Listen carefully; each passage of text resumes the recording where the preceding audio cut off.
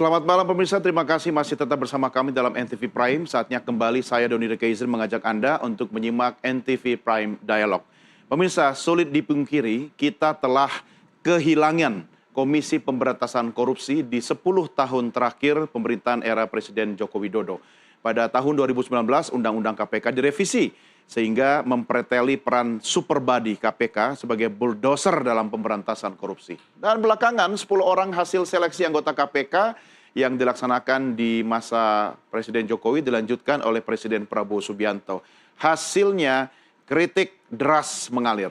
Mungkinkah KPK di masa Setio Budianto bakal berkokok lagi?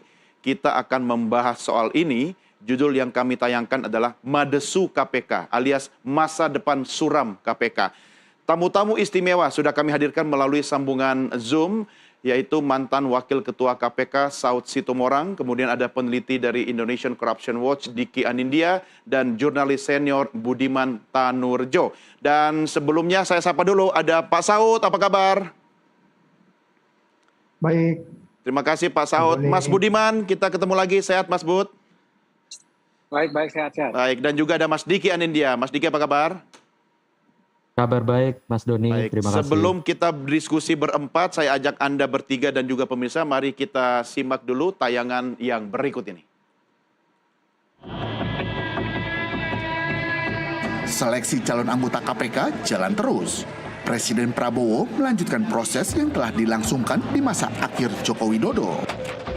Sekali lagi, calon berlatar polisi yang terpilih untuk memiloti KPK periode 2024-2029. Namanya Komisaris Jenderal Polisi Setio Budianto. Ia akan didampingi para wakil ketua, yaitu Johanis Tanak, Fitroh Roh Cahyanto, Ibnu Basuki Widodo, serta Agus Joko Pramono. Setio bukan orang baru bagi KPK. Ia pernah menjadi Direktur Penyidik KPK pada 2020. Sebelumnya, Jenderal Bintang 3 Polri itu menjabat Inspektur Jenderal di Kementerian Pertanian. Bakal kemana KPK ke depan tergambar dari pernyataan Johanis Tanak berikut ini. Berdasarkan pemahaman saya, OTT sendiri itu tidak pas, tidak tepat. Karena OTT terdiri dari operasi tangkap tangan. Operasi itu menurut Kamus Bahasa Indonesia dicontohkan adalah seorang dokter yang akan melakukan operasi. Tentunya semua sudah siap, semuanya sudah diperencanakan. Sementara pengertian tertangkap tangan menurut KUHP adalah suatu peristiwa yang terjadi yang seketika itu juga pelakunya ditangkap. Dan pelakunya langsung menjadi tersangka. Terus kalau seketika pelaku itu melakukan perbuatan dan tangkap, tentunya tidak ada perencanaan. Nah, kalau ada satu perencanaan, operasi itu satu terencana, satu dikatakan suatu peristiwa yang terjadi seketika itu ditangkap, ini suatu tumpang tindih, itu suatu tidak tepat. Ya, menurut hemat saya OTT itu pun tidak tepat. Dan saya sudah sampaikan pada teman-teman, saya pribadi, tapi karena lebih mayoritas mengatakan itu menjadi tradisi, ya. Apakah ini tradisi bisa diterapkan? Ya, saya juga nggak bisa juga saya menantang. Tetapi seandainya saya bisa jadi, mohon izin, jadi ketua, saya akan tutup close karena itu tidak sesuai dengan pengertian yang dimaksud dalam hukum. KPK di masa Joko Widodo adalah KPK yang dipreteli lewat revisi UU KPK tahun 2019 silam. Dengan latar ini, serta menengok 5 profil pemimpin KPK periode sekarang, mungkinkah KPK bertaring lagi? Dari Jakarta, tim jurnalis NTV melaporkan. Baik pemirsa, langsung kita diskusikan dengan semua narasumber kita. Saya ke Pak Saud Situmorang dulu, senior di KPK. Pak Saud, tadi uniknya ya, kolega Anda, Pak Johanis Tanak, waktu mengatakan OTT itu nggak perlu lah. Wah, tepuk tangan semua anggota Komisi 3. Luar biasa. Kalau Bapak sendiri melihat soal masa depan KPK seperti apa, Pak Saud? Ya, kita berharap memang ada suatu perubahan ya, supaya bagaimana yang kita lihat 5 tahun belakangan ini kan, karena memang style, integritas, kemampuan dari setiap mereka di dalam menegakkan integritinya itu kan dari awal aja mencurigakan sebenarnya. Ya. Bahkan kan kita waktu itu ngirim surat juga ke DPR Komisi 3 supaya Firly tidak dipilih waktu itu. Gitu. Kalau yang sekarang ini kan keluhan-keluhan itu nggak terlalu banyak, kecuali tadi soal seorang penegak hukum yang biasa melakukan OTT nggak percaya OTT. Jadi Iya. oke, kalau kita mau cari 50 urutan kelemahan yang sekarang, pasti akan ketemu. Potensi di remote, nggak ada perwakilan masyarakat sipil, nggak ada perempuannya, pokoknya cari 50 aja deh, pasti ketemu. Itu kelemahannya. Tapi kalau kita cari kekuatannya 50 juga ketemu. Ya kan, Setio sudah biasa di situ, Petros seorang dokter yang kuat teorinya, dia bisa pasti bakal mendebat penyidik-penyidik yang diremut oleh orang lain gitu ya. Kadang-kadang kan waktu ekspos itu punya potensi bahwa penyidik itu pro dan kontra juga. Apalagi di masa lalu ada penyidik dari dalam, ada penyidik dari luar. Nah saya berpikir 5 orang ini dengan berbagai macam latar belakang itu bisa memiliki sebuah strategi yang berbeda mungkin. Nah, saya juga dulu kan waktu masuk pertama KPK itu 6 bulan tuh dicurigain ngapain Saud ini kan gitu ya. Itu biasa. Tapi nanti kita lihat. Artinya hari ini saya masih 50-50 ngelihatnya. Tapi Pak Saud tapi lebih kalau percaya kita nggak lihat- sama semua nama-nama yang mengerucut ini? Kepercayaan Anda ada di berapa persen, Pak? Kalau sampai per hari ini saya masih 50-50. Karena Masih orang 50. baik bisa jadi jelek, orang jelek bisa jadi baik masuk KPK itu. Karena bagaimanapun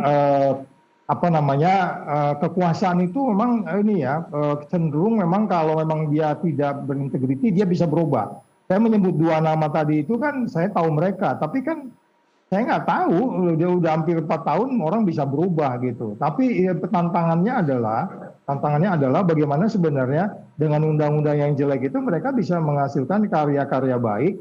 Karena presidennya very serius gitu ya.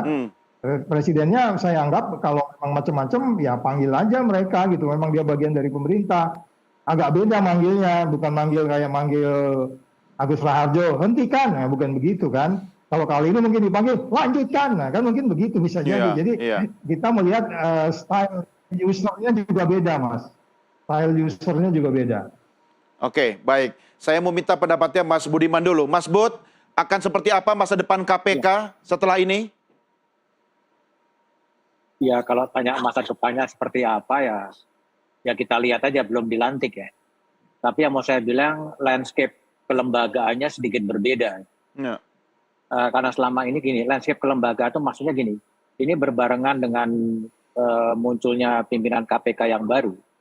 Kan Presiden Jokowi kan menerbitkan peraturan Presiden nomor 122 tahun 2024 yang isinya adalah pembentukan Korps Tindak Pidana Korupsi di Mabes Polri. Ya, sehingga pemberantasan korupsi tidak lagi menjadi monopoli dari KPK, tetapi bukan hanya dualisme, tapi trialisme. Ya. Ya, ada KPK, ada kepolisian, dan ada Kejaksaan Agung. Justru saya lihat dalam posisi yang seperti sekarang, posisi KPK itu yang paling lemah. Ya. Karena hampir majority SDM dari KPK itu SDM pinjaman. Penyidiknya pinjaman dari Mabes Polri. Ya. Penuntutnya sebagian pinjaman dari Kejaksaan Agung. Nah, dengan sistem trialisme yang ada sekarang, itu agak susah dibayangkan, bagaimana rivalitas atau persaingan di 3 lembaga itu. Nah, apakah Setio Budianto ya dan Burhanuddin dan Listio Sigit Prabowo itu bisa menjalin sebuah koordinasi yang bagus ya untuk betul-betul membersihkan negara bangsa ini dari korupsi. Karena kan keluhan yang terjadi kan justru saling menutupi gitu. Ini masalah yang sangat besar. Nah, kalau kita melihat ada penelitiannya John Kwah yang meneliti soal strategi pemberantasan korupsi di Asia, yang paling efektif dan yang paling baik itu kalau ada badan independen tunggal, yaitu satu saja. Nah, sekarang itu kan dipecah menjadi 3. Nah, itulah tantangan yang ada, yang dihadapi oleh Pak Setio Budianto ke depan akan menjadi seperti apa untuk menghadapi isu-isu itu. Tapi terlepas dari itu semua, tadi Bang Saud sudah mengatakan, kita punya presiden yang retorikanya itu sungguh luar biasa, ya. Retorikanya sungguh luar biasa. Kita mencatat yang pertama adalah akan mengejar koruptor itu sampai Antartika, disediakan pasukan khusus untuk mengejar koruptor sampai Antartika.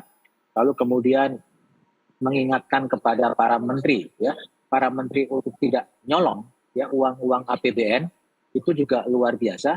Dan yang ketiga, kita meminta kepada para menterinya yang tidak sejalan dengan pemerintahnya Pak Prabowo ingin membentuk pemerintahan yang bersih, silakan minggir. Nah, retorik-retorik itu adalah luar biasa gitu loh. Hanya memang tidak cukup hanya dengan retorika, bagaimana retorika itu kemudian dimunculkan dalam sebuah aksi politik, dalam sebuah tindakan politik, dan kemudian Presiden Prabowo betul-betul yang mengorkestrasi trial 3 lembaga yang sama-sama diberi tugas untuk memberantas korupsi itu. Nah, ini yang menjadi pekerjaan rumah bagi Mas Setio Budianto dan teman-teman KPK setelah 20 Desember 2024. Gitu. Oke, saya ke Mas Diki Anindya. Mas Diki, analisa dan catatan Anda terhadap nama-nama yang sekarang sudah beredar di masyarakat, kalau kita kasih judul masa depan suram, apakah memang akan seperti itu? Ditambah lagi statementnya Pak Saud dan Mas Bud tadi, saya kok agak ragu ya dengan 5 pimpinan yang sudah ditetapkan oleh DPR RI kita. Apalagi tadi saya sempat sampaikan setelah pernyataan Yohanes Tanik tentang OTT itu nggak perlu sebenarnya. Tepuk tangan anggota Dewan yang terhormat kita. Komentar Mas Diki. Ya, pertama Mas Doni, saya ingin menyambut optimisme ya dari Pak Saud yang tadi disampaikan oleh Pak Saud. Tapi memang Mas Doni, saya ingin katakan bahwa masyarakat pada saat ini harus ditekankan untuk mengelola ekspektasi agar kemudian tidak berharap terlalu banyak begitu ya kepada Maksudnya Setio terbiasa Budianto di PHP-in juga kita. persis dan 4 pimpinan lainnya, karena kita tahu sebetulnya saat proses uji kelayakan mereka dipilih itu bukan atas pertimbangan yang objektif dari mulai kompetensi sampai pada rekam jejak begitu ya, melainkan mereka dipilih karena selera subjektif dari anggota Komisi 3 DPR RI.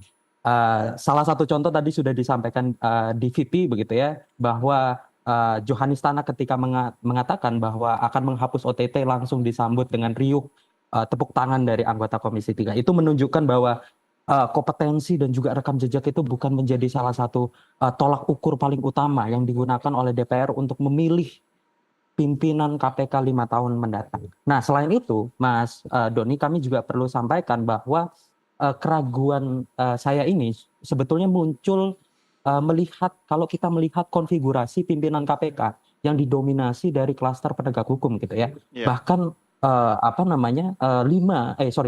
dari 5 itu merupakan penegak hukum baik yang masih aktif maupun purna tugas. Nah, pertanyaannya kan kenapa ini jadi masalah? Karena kondisi ini akan semakin menambah besar permasalahan akut yang dialami oleh KPK, yaitu loyalitas ganda begitu ya. Yeah. Nah, sebagai ilustrasi juga, saya ingin sampaikan bahwa dalam pasal 11 ayat 1, huruf A Undang-Undang KPK itu menyebut secara jelas bahwa salah satu subjek hukum yang dapat diproses oleh KPK itu adalah aparat penegak hukum. Nah, pertanyaan reflektifnya, apakah pimpinan KPK yang terpilih begitu ya, yang berasal dari penegak hukum itu dapat bertindak objektif dan juga imparsial kalau di masa mendatang gitu ya, KPK itu mengusut dugaan tindak pidana korupsi yang menyangkut instansi asalnya. Saya sih agak ragu gitu ya. Makanya tadi saya Betapa sampaikan di awal kuatnya bahwa esprit kita de perlu corps untuk ya. mengelola ekspektasi. Persis. Jiwa korsa yang terlalu berlebihan itu pasti akan mengikut begitu ya di pimpinan KPK terpilih. Oke, tapi saya merekam tadi ada satu kalimat dari Mas Diki, masih ada harapan. Nah, soal harapan ini besar atau kecil, nanti kita pertajam di segmen berikutnya ya. Bapak-bapak dan pemirsa, tetap bersama kami segera kembali sesaat lagi.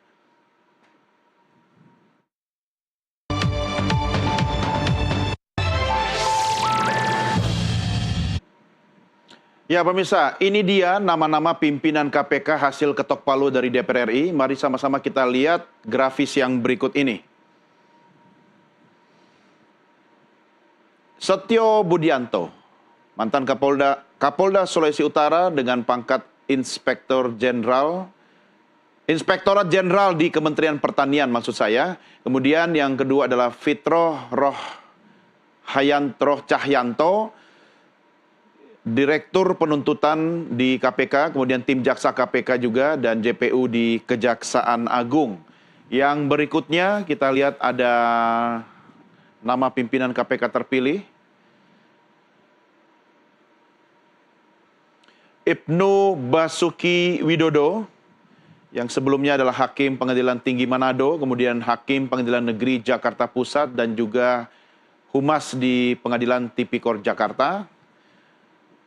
Kemudian Johanis Tanak, yang tadi sempat tayangannya kita saksikan, adalah mantan Wakil Ketua KPK, Direktur Tata Usaha Negara Kejaksaan Agung, dan juga Kepala Kejaksaan Tinggi Provinsi Jambi. Dan satu lagi kita lihat, yaitu Agus Joko Pramono, Wakil Ketua BPK periode 2019 hingga 2023, Komite Penasihat Pemeriksa Independen, Inisiatif Pengembangan Intosai, dan juga anggota BPK 2013-2019. Mas Budiman, tadi statement Anda ada 3 lembaga yang istilahnya rebutan. Bukankah sebenarnya dengan 3 lembaga kekuatannya makin tambah, jadi triple power? Apa yang Anda ragukan? Yang diragukan itu ya persaingan gitu kan, untuk memberantas korupsi, tapi pada prakteknya kemudian sikut-sikutan. Sehingga dalam bayangan saya, memang harus ada semacam undang-undang tipikor ini diomnibuskan, ya, dibikin sebuah penataan undang-undang. Siapa mengerjakan apa? Kalau kita lihat ya dari fakta-fakta empirik yang ada 2 orang capim KPK yang itu mendapatkan support 48, ya. 48 suara dan 48 anggota Komisi 3 DPR. Tadi yang Don sebut, Yohanes Tanak itu mau meniadakan OTT, dia disambut meriah oleh tepuk tangan dan ditunjukkan dengan kuantitas 48 orang. Ya. Itu menunjukkan bahwa orientasi dari anggota DPR itu bukan lagi kepada penindakan. Artinya akan mengarah kepada pencegahan, ya, kepada pencegahan. Nah, dan ini kan sebetulnya bukan sesuatu yang baru. Terjadi reorientasi bagaimana penindakan pemberantasan korupsi itu akan menekankan pada aspek penindakan atau aspek pencegahan. Kebetulan saya pernah ikut seleksi pimpinan KPK dan gagal, ya, dan gagal. Pertanyaan seperti itu, pertanyaan apakah masuk kepada pencegahan dan penindakan, itu selalu ditanyakan. Selalu ditanyakan. Artinya adalah, ini kan sebenarnya profiling. Ya, orang-orang yang bersepakat dengan pencegahan, itulah yang lebih diinginkan. Itulah yang muncul dalam forumnya Yohanes Tanak yang muncul dengan 48 suara. Yang saya khawatir sebetulnya, selain ini ada proksi dari komandan-komandannya, yang saya khawatirkan adalah proksi dari kekuatan luar, ya, kekuatan luar masuk ke KPK. Kekuatan siapa itu, Mas Bud? Menggunakan berbagai cara untuk, ya, kekuatan luar yang saya tidak bisa sebut, ya, tidak bisa sebut, ya, kekuatan luar yang tidak bisa sebut yang masuk ke KPK untuk mengamankan berbagai kasus yang berpotensi muncul di kemudian hari. Kekuatan dari para koruptor begitu ya? Saya lihat bisa saja. Ini kan jelas lah. Kita lihat peta, ya, peta kemunculan suara itu kan mirip ya. Mirip semuanya 48, 45, 33 juga. Itu kan polanya mirip gitu. Dan apakah itu anggota DPR ini based on hati nurani? Itu sudah. Jadi pakat dari partai politik, ya orang inilah yang dipilih. Pahami kemudian ketika masyarakat sipil, Alam Syah Saragi, lalu Pungki, ya, itu juga lenyap di situ. Karena masyarakat sipil tidak dikendak, padahal dalam bayangan saya, masyarakat sipil itu menjadi penting untuk menjadikan agar KPK tetap bisa berkomunikasi dengan jadi bisa menjadi variabel yang bebas, ya, gitu. Nah,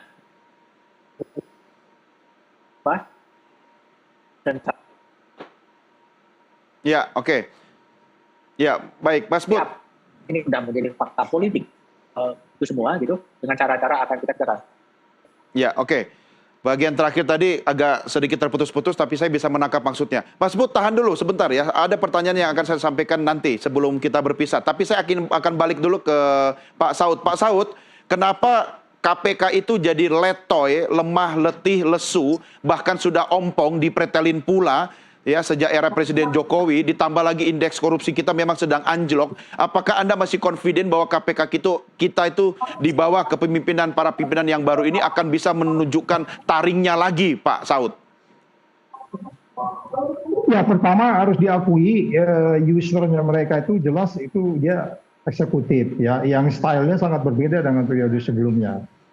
Oke, kalau kita bicara alam liar, kita berpikir lalu kecurigaan kita harus tinggi terhadap 5 yang sekarang ini, memang itu punya potensi risiko besar. Makanya saya bilang tadi itu kalau kita mau cari 50 kelebihannya dan 50 kelemahannya itu ketemu itu. Iya. Contohnya, kita kan tahu kasus BTS itu yang main-main kan auditor kan? Iya. Ya nggak? Kasus BTS itu angkanya dimain-mainin penyelidikan dalam itu kan ada di dalam sekarang itu. Dulu nggak ada dia di dalam. Ya. Risikonya makin besar. Memang 5 orang ini memiliki risiko besar untuk kemudian saya sebutnya diremot. Tapi per hari ini, alam liar saya, sorry itu saya masih meletakkan harapan sebenarnya. Tapi kalau nanti dia nggak bisa, ya kita pukulin juga enak aja. Ya gimana kita nggak meletakkan harapan, Pak? Kan KPK-nya cuma satu, nggak ada KPK yang lain. Ya itu makanya saya bilang, jadi kembali lagi kalau kita ketemu 50 kelebihan, 50 kelemahan itu akan ada. Dan itu artinya risikonya besar. Tetapi karena memang beberapa diantaranya, bahkan saya heart to heart mengerti orang itu, aku masih meletakkan optimismenya.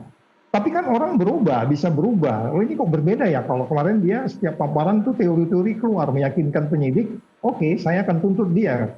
Sebagai penuntut dia bisa, tapi bisa jadi nanti berubah. Itu sebabnya risikonya memang harus kita akui, risiko 5 orang ini menjadi risiko lebih besar untuk kompetensi di remote, untuk kemudian KPK menjadi lumpuh seperti tema kita malam ini, ya kan? Madesu, you hate me, segala macam itu. Cuma Pak Saud, kalau kita memang harus percaya pada KPK, kita pisahkan misalnya kepercayaan pada institusi KPK, kita harapkan dia memiliki kekuatan super body lagi seperti dulu. Belum lagi regulasi aturan mainnya. Plus dengan melihat nama-nama pimpinan KPK sekarang, kalau saya pinjam statement Anda tadi, 50 dosa, 50 amalnya misalnya gitu kan. Lah ini kok agak susah ya untuk kita menaruh harapan kepada KPK yang sekarang ini. Gimana Pak Saud? Iya, makanya saya selalu mengatakan, itu sejalan juga yang disampaikan Mas BDM tadi, retorika yang disampaikan oleh Presiden kita itu memang dia harus mewujudkan. Tapi kalau dia mau lebih smart lagi, udah diperpukan aja, gua kembali ini KPK ke sebelumnya. Biar yang Komisi 3 itu ngikut Presiden kok semua, siapa bilang nggak? Ngikut mereka. Jadi makanya kita berharap sampai per hari ini kita masih percaya retorika itu jalan. Tapi kalau mau keren lagi, ya bikin perpu. Loh, kok perpu? Kan syaratnya darurat. Iya, darurat ya. Orang indeks persepsi korupsi 34 nggak darurat. Sementara Presiden punya mimpi pertumbuhan ekonomi 80%, itu kan indeks persepsi korupsi regresi linearnya harus 60 gitu ya kan. Yeah. Supaya kita bisa mencari yang kita bilang lompat dari medium income trap-nya Sri Mulyani gitu. Yeah. Dan itu semuanya kan persoalannya di korupsi, mulai dari tambang, pajak, mineral, semua itu persoalannya uang besar itu ada di triliun-triliunin yang harus diawasi oleh KPK. Jadi sekali lagi kalau di KPK ini ritmenya, strateginya, sistemnya dan seterusnya itu sangat tergantung besar kepada Presiden kita. Harus kita yakini itu karena dia sudah bagian dari pemerintah. Dan dia bisa manggil, lakukan ini ya. Atau dia nggak usah pun bicara seperti itu, dengan dia bilang mengejar ke Antartika aja, itu strong signal kepada semua KPK, kejar sampai ke ujung semut pun sekalipun. Itu yang mereka harus jabarkan, nggak perlu diajarin lagi gitu. Tapi kalau dia nggak bisa menafsirkan itu, bahkan memakai teori lama, bahkan diremot sama institusi asalnya, ya jelas Madesu. Iya, oke. Tahan dulu. Sebelum ke Mas Diki, saya balik dulu ke Mas Budiman. Ada yang menarik, karena saya ingat bincang-bincang saya dengan Mas Bud beberapa waktu lalu soal kondisi KPK sekarang kita, ya memang madesu sih. Tapi Mas Bud, sejujurnya ya, kata orang Jaksel ya, jujurly sekarang ini, kenapa itu KPK dikondisikan seperti itu? Kalau kita mau bicara penguatan KPK, harusnya kan Pak Prabowo tidak meneruskan calon pimpinan nama-nama yang diajukan di era Presiden Joko Widodo. Tapi kenapa kok Presiden Prabowo yang mengatakan dengan retoriknya yang sangat tegas itu, ku kejar sampai di Antartika? Why, Mas Bud? Masih di mute, Mas? Ya. Lihat tren ya. Lihat tren itu artinya kenapa sih undang-undang KPK itu harus direvisi? Ya, itu kan tahun 2018 gitu kalau kita lihat gitu. 2018 itu kan indeks IPK kita kan di angka 40 ya. Di angka 40 ya, itu cukup bagus tuh, yang tertinggi itu the highest ya. The highest indeks KPK-nya 40, dan OTT ya, kalau Yohanes Tanak kan melihat OTT itu kan dengan kamus ya. Dengan kamus bahasa Indonesia gitu. OPT itu kan nggak bisa didefinisikan dengan kamus ya. Dengan KBBI gitu kan, sesuatu praktek itu kan bahasa jurnalistik lah, bahasa operasi kok didefinisikan dengan kamus operasi itu artinya begini-begini, itu kan agak nggak tepat itu pendefinisian itu. Nah, ketika kemudian OTT begitu tinggi, lalu kemudian IPK-nya bagus, ada korelasi itu sebetulnya. Nah, ketika disitulah muncul serangan-serangan politik dari partai politik di DPR yang tidak menghendaki KPK itu menyentuh pada pusat-pusat kekuasaan, ya, menyentuh pada elit-elit kekuasaan.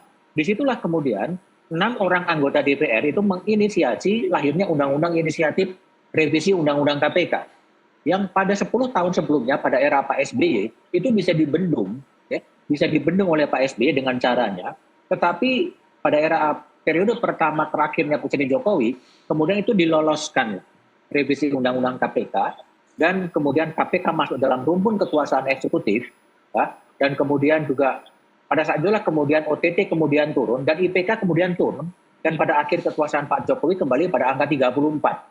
Sehingga back to square one sebetulnya pemberantasan korupsi itu. Nah, masalahnya adalah kemudian kalau lihat tren itu sekarang, arah KPK adalah sebetulnya arah menjadi pencegahan saja. Desain elitnya itu dari reorientasi, tidak lagi pada enforcement, tetapi how to prevent corruption. Itu akan ditempatkan pada posisi itu. Itu bisa kita lihat kan, pernyataan-pernyataan bahwa OTT itu kampungan, ya, lalu kemudian tidak perlu dilakukan, dan itu kan dipasang juga. Yohanes Tanak kan juga kemudian mengatakan bahwa OTT itu salah dan lain sebagainya, kan masuk ke situ. Arahnya kepada pencegahan gitu loh. Nah, sekarang ketika KPK hanya menjadi lembaga pencegah gitu kan, narasi apa sih yang mau dilawan oleh pimpinan KPK untuk kemudian dia harus menguasai narasi lagi gitu loh. Saya tuh agak tidak sepakat dengan istilah koruptor gitu. Koruptor itu terlalu elit, apa terlalu dong? white collar, gitu. Pembusuk bagi saya. Karena koruptor itu kan korupsi kan berasal dari bahasa Latin. Istilahnya kalau dalam kata itu kan corrumpere itu membusukkan. Dan membusukkan itu bukan hanya soal uang gitu. Sesuatu yang membusukkan semua lini kehidupan adalah pembusuk gitu. Sehingga perlu juga ada sebuah narasi yang lebih, itu mereka itu membusukkan negara, membusukkan pendidikan, membusukkan apapun juga gitu.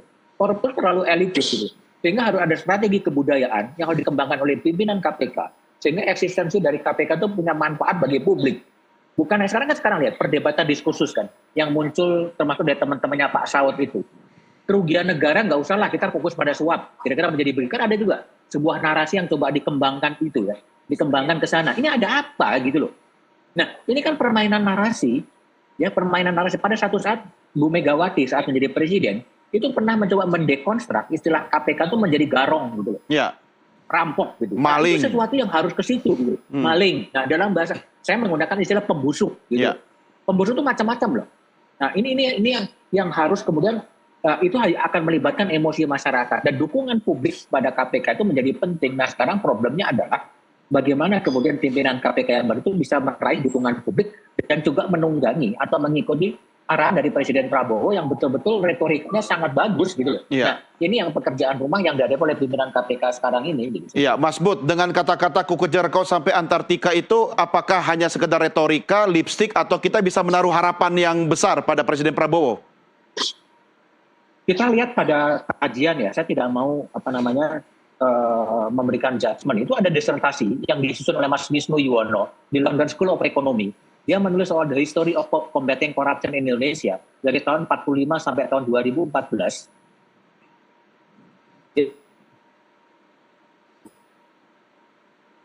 Ya. Itu memulai sebuah retorika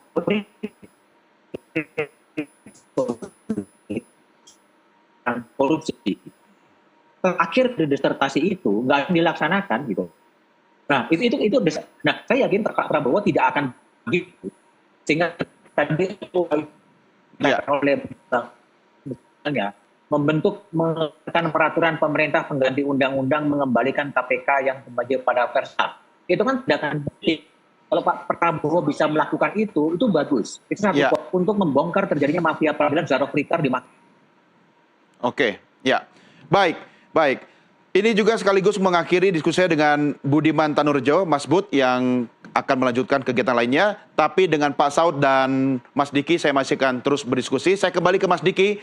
Mas Diki, ini dengan semangat yang sama terhadap upaya pemberantasan korupsi, kita berharap KPK bisa menunjukkan super body ya sebagai sebuah lembaga yang bisa menjadi harapan, bukan sekedar lipstick, gimmick dan sebagainya. Dengan diksi yang sama yang tadi saya sampaikan ke Mas Budiman, pernyataan Presiden Prabowo, ku kejar kau sampai ke Antartika, seberapa yakin kita dengan kata-kata itu akan terbukti nanti dari analisa Anda, Mas Diki? Ya, sebelum menjawab pertanyaan Mas Doni, saya ingin menyambung tadi kalimat terakhir dari Mas Budiman begitu ya. Tadi soal bagaimana kemudian usaha KPK untuk mengembalikan kembali citra kelembagaan begitu ya. Kalau kita melihat dan mengevaluasi kembali kinerja KPK selama periode 2019-2024 itu sudah barang tentu menjadi pekerjaan yang sulit untuk Setio Budianto dan juga 4 orang pimpinan lainnya mengembalikan citra KPK. Nah, salah satu yang kemudian penting untuk diurai begitu yang dilakukan oleh Setio dan 4 pimpinan lainnya adalah bagaimana kemudian melakukan evaluasi terhadap tata kelola kelembagaan, termasuk diantaranya Mas Doni memetakan ulang begitu ya strategi penindakan kasus korupsi untuk menaikkan kualitas dan juga kuantitas penindakan kasus korupsi yang dilakukan oleh KPK. Karena kalau kita lihat, kita cermati lebih lanjut begitu ya, selama 2019 sampai tahun 2024 kuantitas penindakan kasus korupsi yang dilakukan oleh KPK itu menurun secara konsisten. Nah, kalau kita cermati lebih lanjut, kenapa kemudian itu mengalami penurunan? Ada 2 pangkal persoalannya. Tadi sudah disampaikan oleh Mas Doni di awal. Pertama adalah revisi Undang-Undang KPK, gitu ya. Yang kemudian kedua adalah pemilihan komisioner yang bermasalah. Nah, kita lihat bagaimana kemudian komitmen Presiden Prabowo untuk mengembalikan marwah KPK kembali. Kalau kita mengacu, Mas Doni, dalam dokumen Astacita, itu memang disebutkan secara jelas. Hanya ada satu kata mengenai KPK begitu ya, bahwa KPK akan dijadikan sebagai center of excellence dalam pencegahan korupsi. Nah, ini kan kalau kita menyambung pada saat proses pemilihan pimpinan KPK yang kemarin begitu ya, di mana pertanyaan-pertanyaan yang kemudian banyak muncul itu adalah melihat bagaimana perspektif setiap kandidat mengenai OTT dan kemudian justru yang menolak OTT lah yang dipilih. Saya kira ke depan masa depan KPK hanya akan bekerja dari sektor pencegahan. Nah, pertanyaan lebih lanjutnya adalah apa yang kemudian dilakukan selama periode 2019-2024 lalu kerja KPK di sektor pencegahan. Ada beberapa program sebetulnya yang dimiliki oleh KPK, misalnya sistem integritas partai politik, berintegritas, politik cerdas berintegritas. Kemudian di sektor sumber daya alam punya gerakan nasional penyelamatan sumber daya alam. Semuanya ini lebih banyak kalau ya kita bicara sumber daya alam gitu ya. Tadi disinggung Pak Saud begitu. Sektor pencegahan di sektor sumber daya alam. Kalau kita mencari pencarian di Google gitu ya terkait dengan kinerja GNPSDA itu terakhir kali ditemukan tahun 2018, Mas Doni, pada zamannya Pak Saud begitu ya. Praktis sebetulnya 2019 sampai 2024 tidak pernah ada terdengar kinerja pencegahan di sektor sumber daya alam yang mana kita tahu bahwa itu merupakan salah satu sektor yang paling rawan terjadi tindak pidana korupsi. Jadi saya belum bisa menakar, kalaupun penindakan bukan menjadi fokus utama, pencegahan pun belum efektif gitu dilakukan oleh KPK, Mas Ya, Diki. oke. Itu di sektor tadi itu yang paling banyak maling dan garongnya ya, Mas Diki ya. Oke, Yes. Mas Budiman masih bersama kita. Tadi bagian terakhir agak terputus-putus. Mas Bud, sekaligus ya sepertinya nge-freeze lagi. Mas Budiman. Oke, satu kata saya pengen dengar dari Mas Budiman soal keyakinan dan optimisme kita pada KPK dengan pimpinan yang baru sekarang ini. Apa yang bisa Anda sampaikan, Mas Bud? Ya harus ada tindakan yang lebih konkret ya. Dan itu diawali oleh Pak Presiden gitu loh. Ya. Kita tetap berharap Pak Presiden, Pak Prabowo itu berani mengeluarkan tadi yang diharapkan oleh Pak Saud, mengeluarkan Perpu dan mengembalikan KPK ke orisinil. Dan yang kedua adalah Pak Presiden memanfaatkan kasus mafia peradilan Syarif Rikar dengan membentuk tim gabungan pencari fakta. Syarif tidak hanya mengatakan lupa uangnya dari mana, lupa uangnya dari. Itu kan agak amnesianya terlalu kebangetan ya. Nah kalau ada tim gabungan pencari fakta di situ, itulah jadi berbicara soal KPK. Tetapi kita mau bikin ekosistem peradilan soal korupsi. Dan itu maksudnya adalah dalam Syarif Rikar. Nah ini ya kita mencari itu buat tapi dia Pak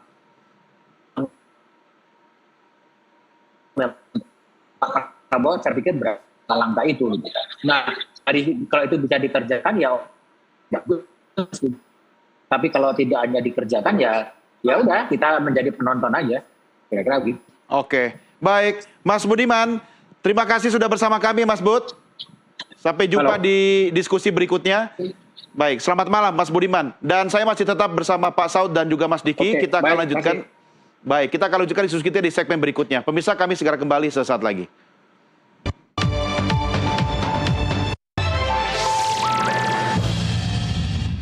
Kita lanjutkan kembali diskusi kita. Saya kembali ke Pak Saud. Pak Saud, menurut pendapat dan pengalaman Anda, seberapa efektif sebenarnya OTT itu dilakukan di tengah kondisi makin ke sini para maling garong kita ini makin kreatif dan makin pinter, Pak Saud?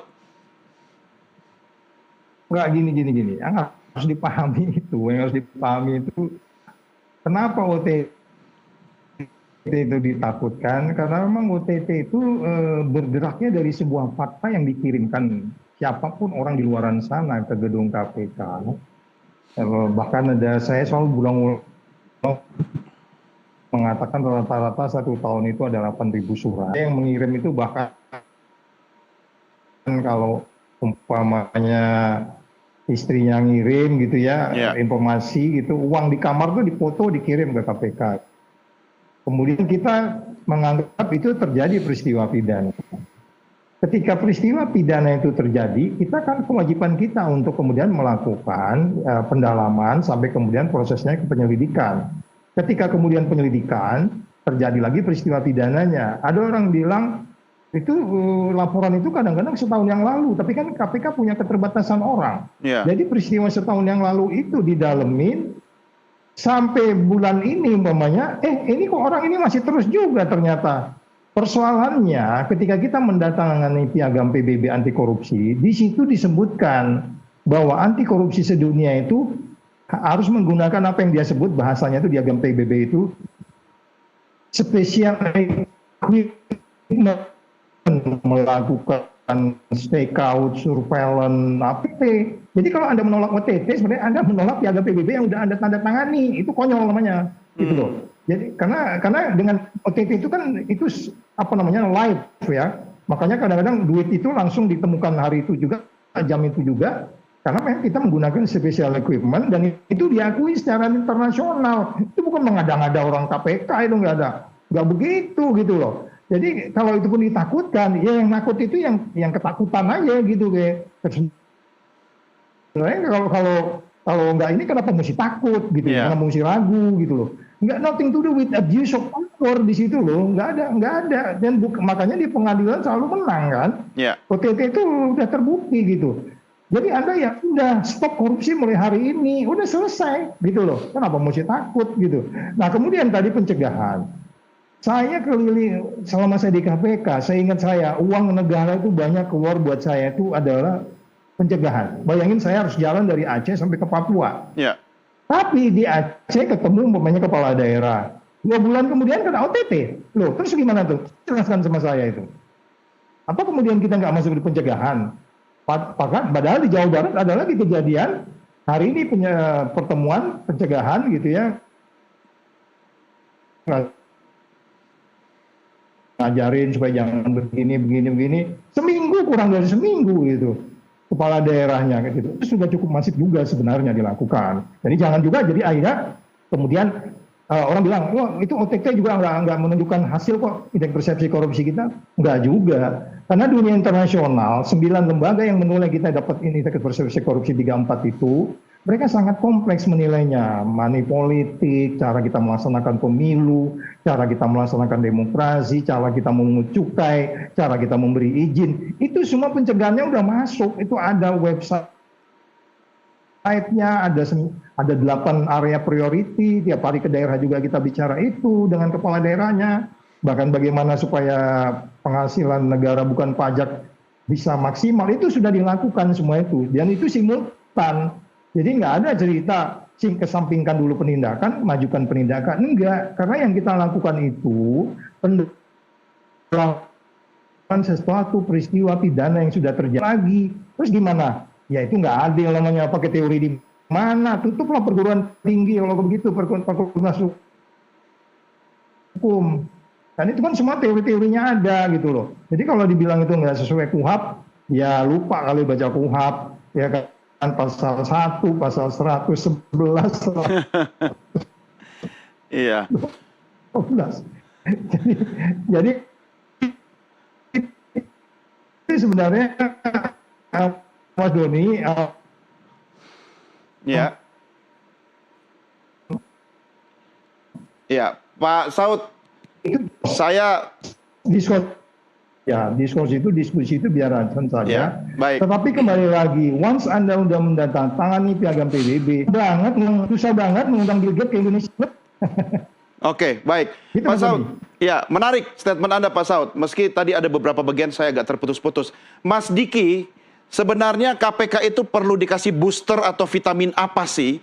Kalau misalnya OTT kemudian nanti akan bukan lagi jadi strategi atau senjatanya KPK, akan seperti apa KPK agar dia bisa tetap punya power? Harus dikasih vitamin apa? Disuntik dengan vaksin apa kira-kira Mas Diki? Ya, satu sebetulnya yang bisa menstimulus kinerja KPK ke depan itu adalah bagaimana kemudian pemerintah dan juga DPR itu mempercepat pembahasan rancangan undang-undang perampasan aset begitu ya. Itu kan jadi salah satu strategi untuk memaksimalkan pengembalian aset hasil kejahatan terutama tindak pidana korupsi. Tapi saya ingin menggarisbawahi bahwa OTT itu menjadi salah satu instrumen yang sangat ampuh yang selama ini digunakan oleh KPK untuk melakukan upaya penindakan kasus korupsi. Ya. Dari OTT juga, Mas Doni, begitu ya, KPK di zamannya ini, terutama di zamannya Pak Saud, begitu ya, karena mencatatkan angka OTT yang paling banyak di antara komisioner-komisioner yang lain. KPK mencatatkan banyak keberhasilan dalam mengungkap tindak pidana kasus korupsi melalui OTT yang melibatkan pejabat tinggi negara yang dalam benak masyarakat itu tidak pernah terbayang tuh akan tersentuh begitu, mulai dari menteri, kemudian ketua DPR hingga hakim Mahkamah Konstitusi. Jadi saya kira sebagai sebuah strategi dalam upaya pemberantasan korupsi itu memang tidak bisa dipandang secara parsial hanya dari segi pencegahan saja. Ya pencegahan penting, tapi itu tentu harus berjalan secara paralel dengan upaya penindakan yang juga efektif gitu ya. Nah, jadi kalau disampaikan gitu di depan khalayak umum masyarakat begitu ya pada saat uji kelayakan bahwa OTT akan dihapus dari KPK begitu ya. Maka pernyataan itu adalah bentuk untuk melemahkan kinerja KPK. Dan saya kira yang berhak untuk menghapus OTT itu bukan pimpinan KPK, tapi 9 orang hakim Mahkamah Konstitusi. Silakan menggugat ketentuan pasal 1 angka 19 Kitab Undang-Undang Hukum Acara Pidana. Karena itu sebetulnya definisi OTT itu sama dengan mekanisme tangkap tangan sebagaimana diatur dalam KUHAP. Jadi apa yang disampaikan oleh Johanis Tanak, kemudian juga disampaikan oleh Agus Joko Pramono begitu ya, yang juga pimpinan KPK terpilih, ya itu tidak berdasar dan menyesatkan, dan hanya sekedar saya kira saya ngelihatnya mereka mengatakan itu hanya untuk mengambil hati anggota DPR untuk dipilih gitu ya, Mas Doni. Mengambil hati sekaligus untuk menyenangkan atau memberi PHP biar nggak kena OTT gitu ya, yang memilihnya. Oke, saya kembali ke Pak Saud. Pak Saud, tentu kita masih harus meletakkan harapan yang tinggi kepada KPK. Tetapi berdasarkan pengalaman Anda jadi pimpinan KPK, saat ini sebenarnya KPK lebih butuh apa sih? Lebih butuh dukungan politik, dukungan dari masyarakat, atau apa? Misalnya Pak Saud.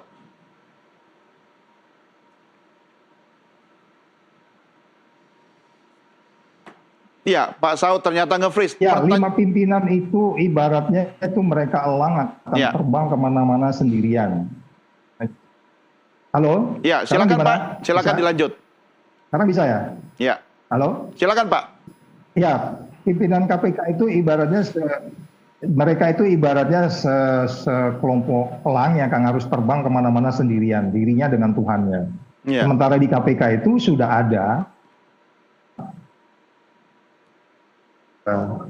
ada yang disebutnya nilai. Nilai itu adalah standar. 9 nilai di KPK, terus kemudian IS KPK di Dewas. Pegang saja nilai itu sebagai standar, Anda aman. Anda bisa berdebat dengan siapapun yang menekan Anda. Nggak bisa. Kami ada IS KPK, integriti, sinergi, kepemimpinan, profesionalisme, dan keadilan. Kami ada 9 nilai di sini. Jangan campur-campur. Once saya melanggar ini, saya kena komisi etik. Jadi standar-standar itu dipegang saja sama mereka, kemudian mereka bersikap juga hati-hati, mulai dari bergaul, ya kan, jangan gampang dikasih tiket, ya kan. Ini masalah tiket ini kan aneh nih, di Singapura aja itu ada menteri yang kelihatannya tiket-tiket begitu, tapi jadi masalah gitu akhirnya. Jadi sekali lagi, mulai dari yang sesimpel memberi tiket sampai memberi yang besar-besar. Karena itu akhirnya yang mau diciptakan kan ketergantungan, sehingga kemudian buntutnya pimpinan KPK ini dipegang gitu. Anda bergaullah dengan baik. Bila perlu ikutlah apa yang seperti yang saya lakukan. Saya 4 tahun itu setiap hari hanya dari rumah ke KPK, ke rumah ke KPK, udah tutup semua pergaulan sama orang lain. Saya nggak mengatakan Anda jadi asosial, enggak. Risikonya besar. Ini kan kita bicara risiko sekarang ini. Dan risiko yang Anda lakukan itu nasibnya negara gitu loh, yang disebutnya indeks persepsi korupsi, yang disebutnya investasi, undang masuk saja susah banget. Gimana Anda mengatakan bukan karena indeks persepsi korupsi? Itu yang maksudnya perlu disadari oleh 5 pimpinan itu. Yang lain-lain seperti pembenaran OTT, pembenaran para mereka akan useless. Ya, baik Pak Saud. Jadi kita sebenarnya berharap bahwa pimpinan KPK dan seluruh pasukannya ini harus jadi manusia setengah malaikat ya. Dengan pertanyaan yang sama, Mas Diki, apa yang bisa Anda sampaikan? Iya, sebetulnya Mas Doni menyambung tadi apa yang disampaikan oleh Pak Saud begitu ya. Dan juga pertanyaan Mas Doni kepada Pak Saud begitu, apa yang dibutuhkan oleh KPK, apakah dukungan dari politik, apakah dukungan dari masyarakat. Saya kira sebagai di mana korupsi itu menjadi permasalahan bangsa, saya kira dan gerakan anti korupsi itu merupakan gerakan semesta begitu ya, yang perlu dilakukan secara simultan, baik itu oleh masyarakat, politik, dan stakeholder terkait begitu ya. Saya kira yang paling penting yang perlu dilakukan itu adalah political will dari pemerintah. Bagaimana kemudian Prabowo bisa mengejawantahkan apa yang kemudian disebutnya berkali-kali pada saat tanggal 20 Oktober lalu. Dengan berapi-api menyebutkan beberapa kali kata-kata korupsi dan juga anti korupsi. Yang mana itu ingin menunjukkan bahwa dirinya merupakan presiden yang anti korupsi. Saya kira salah satu bentuk konkret yang kemudian bisa dilakukan oleh Presiden Prabowo adalah mengembalikan marwah KPK kembali, independensi KPK kembali. Tadi salah satu strateginya sudah disebutkan oleh Pak Saud dengan mengeluarkan peraturan pemerintah pengganti undang-undang atau Perpu. Itu sebagai langkah awal begitu ya, bagaimana kemudian Presiden Prabowo itu melihat strategi pemberantasan korupsi yang ideal itu di Indonesia adalah bertumpu pada KPK. Mas Doni. Oke, baik. tetap kita kasih kesempatan, kita tunggu seperti apa KPK dengan pimpinan baru ini. Tapi tentunya Mas Diki, Pak Saud tidak boleh berhenti bersuara karena kejahatan korupsi itu kejahatan sangat luar biasa, tanggung jawab kita bersama. Terima kasih Pak Saud Situmorang, Mas Diki Anandia, terima kasih sudah bersama kami. Selamat malam, sampai jumpa. Selamat malam Mas Doni, terima kasih. Baik, pemirsa, Dialog NTV Prime kali ini juga sekaligus mengakhiri jumpa kita dalam program NTV Prime edisi hari ini. Saya Doni The Kaiser, atas nama seluruh kerabat kerja dan rekan-rekan yang bertugas berterima kasih atas kebersamaan kita. Sampai jumpa, salam Nusantara, merdeka.